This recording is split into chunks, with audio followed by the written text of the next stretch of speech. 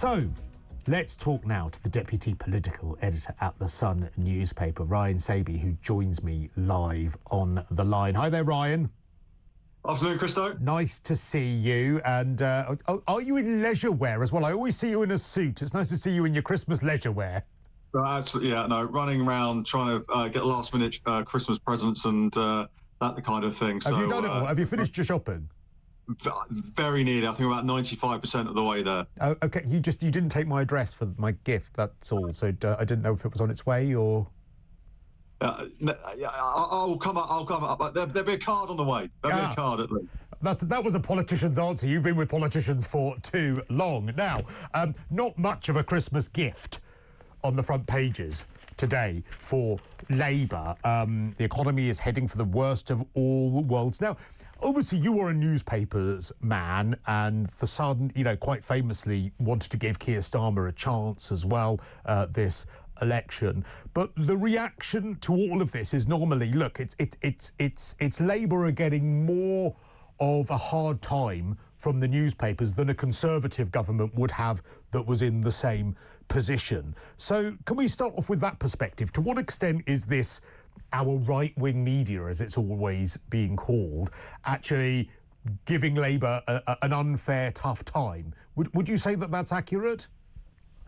No, I think what we try to do is judge things on how we see it. And I think when it comes to the economy, I think one thing you have to look at is what was said before the budget. It was all about that £22 billion and aren't things all terrible? Now, I think one thing that the Labour Party were trying to do there was just try and get their own back.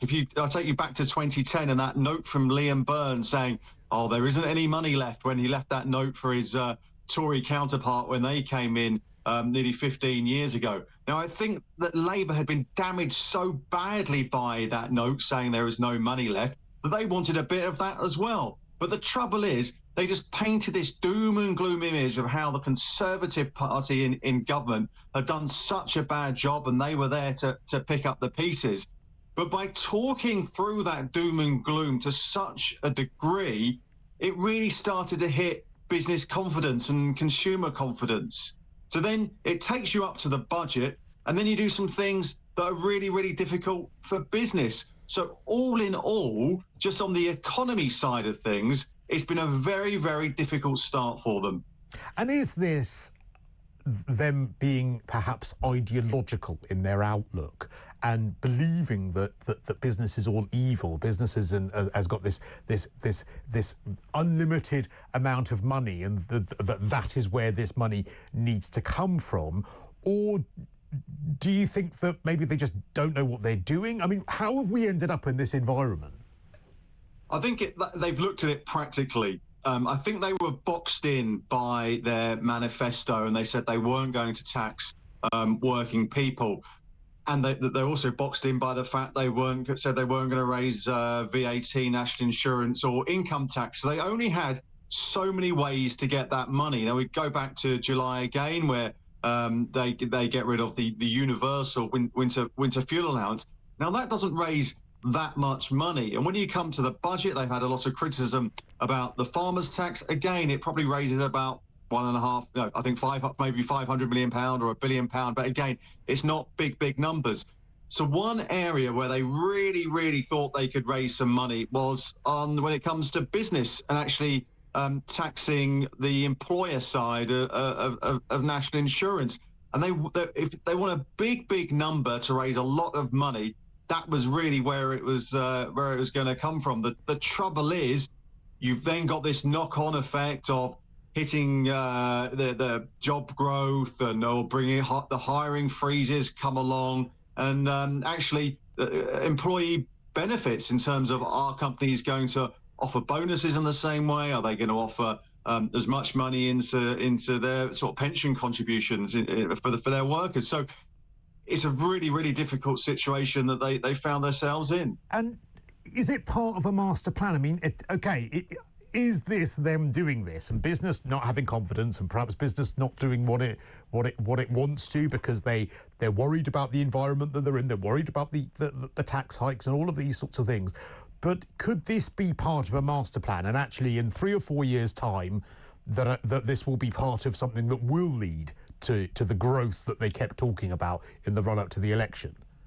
Yeah, well, that's what the Chancellor Rachel Reeves is really holding on to, actually, that she wanted to get all the, as I say, the nasty stuff out the way as early as possible. So that is why you have got the £40 billion worth of tax rises at the budget. That's why you are hitting business early on. And Rachel Reeves then spoke to business leaders a month or so ago and said she wouldn't be coming back for another tax rate in the way that she did at the budget, that she wants to get the hard yards done early, and then hopefully the country, for the good of all of us, will be able to see growth. But go back to those projections at the time of the budget, growth is pretty terrible for the next 4 or 5 years. It's 1.5%, or it's certainly less than 2%. And then we've had the revisions this morning on the economy. You just wonder whether growth gets downgraded yet again. And just finally on this point, there was an economist, Julian Jessup, the other week, said that we're on recession watch. And you listen to many economists, and it feels like we're hanging around that sort of area. We may not go into recession, but the economy is certainly flatlining, and there seems to be little sort of momentum for growth.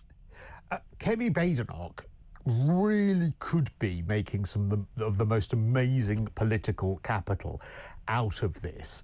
And I like Kemi Badenoch. I'm quite impressed by her. When I went to the Conservative conference, a lot of people, I don't think she had a great conference, to be honest.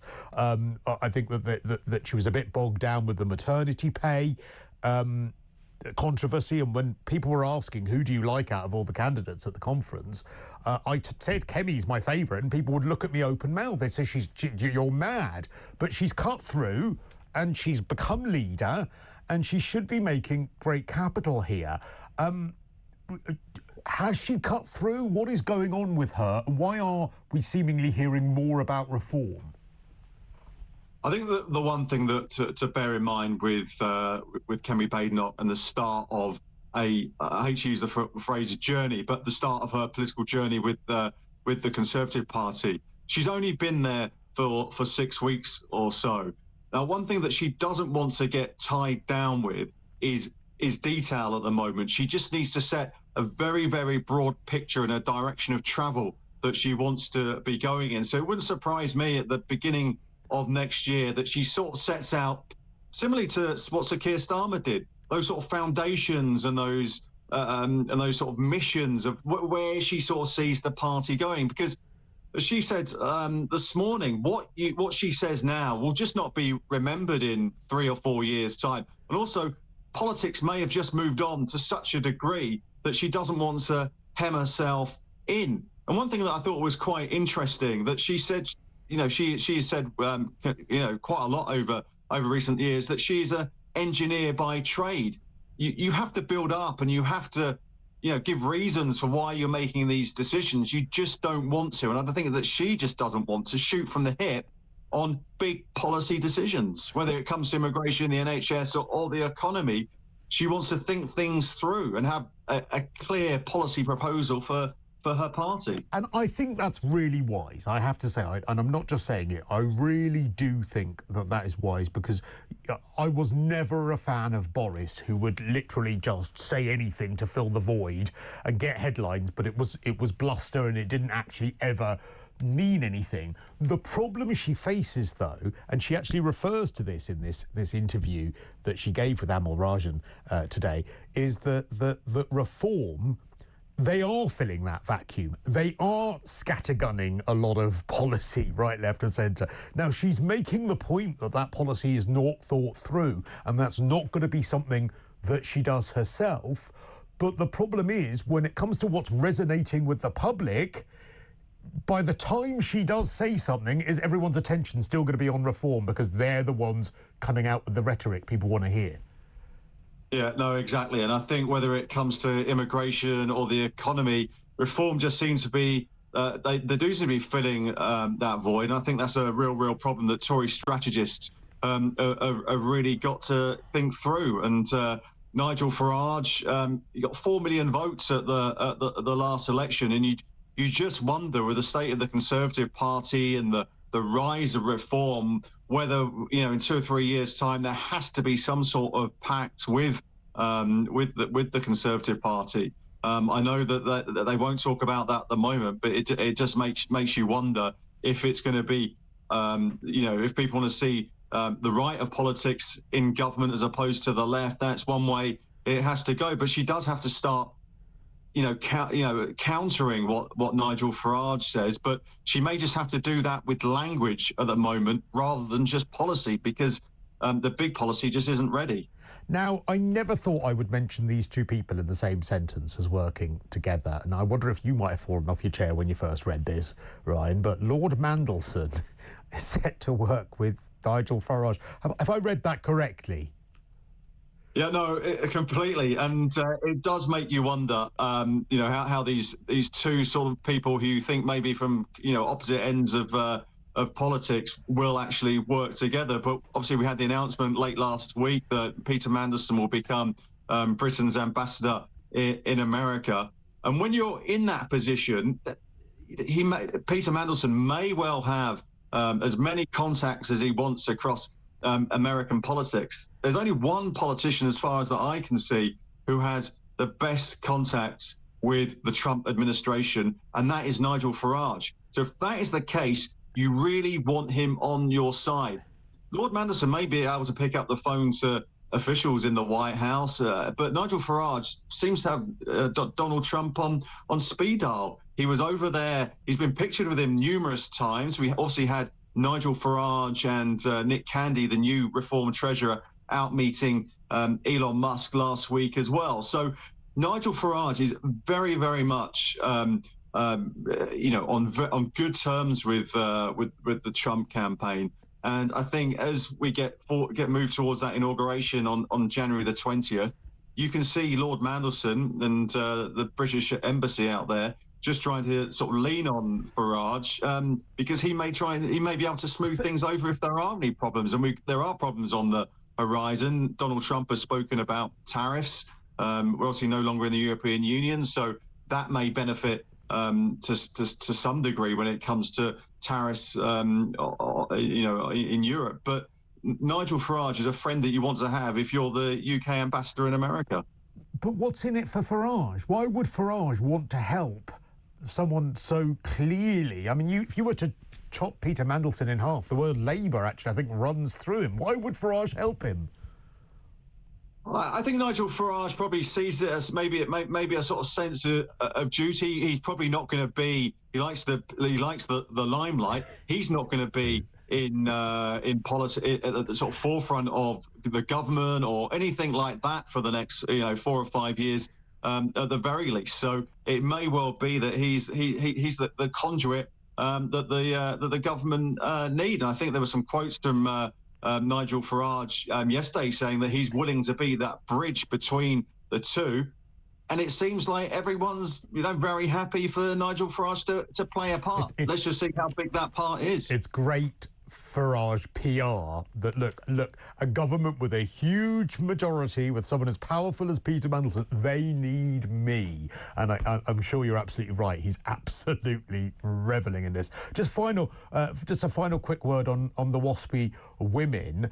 I was making this point earlier that I think it's absolutely a fair position to have, that if you think that the WASPy women, that they don't deserve any compensation, or whether they don't deserve to they may well should have known that the retirement age was changing. Those are fair criticisms. I think the thing that people find so frustrating about this story was that the number of Labour politicians in opposition who were prepared to be photographed with them and prepared to tell them that they would help them until they got into government. And it's that duplicity that I think has angered a lot of people. Yeah, certainly. I put my cards on the table here. My mum is a WASPy woman, so I've heard a lot about it for the last few years or so. Will you be hearing about it over the turkey this Christmas? Honestly, that my mum has not, I know for good reason that you know she hasn't literally stopped speaking about it for many years. It's an extremely important issue, and I think that the fact that a lot of these WASPy women thought that they were going to get some compensation. You had the investigation or the probe into it, and it seemed like they could be getting maybe up to £3,000 each. And we had Rachel Reeves, Keir Starmer, Liz Kendall, all basically saying they were on the side of WASPy women, and there would be some kind of sort of financial settlement when they get into power. But they've looked at the books, and Keir Starmer has said 90% of people, the impacted women knew about this, and it's not in the taxpayers' interest to pay it. And I think it's just the fact that it's not just that decision, it's the fact that what they said in opposition has riled so many people.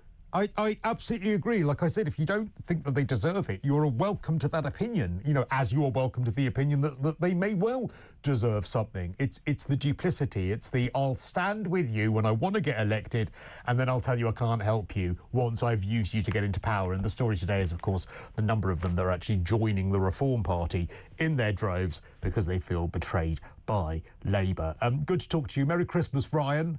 I hope you get to have a rest and get some time off. He works very hard.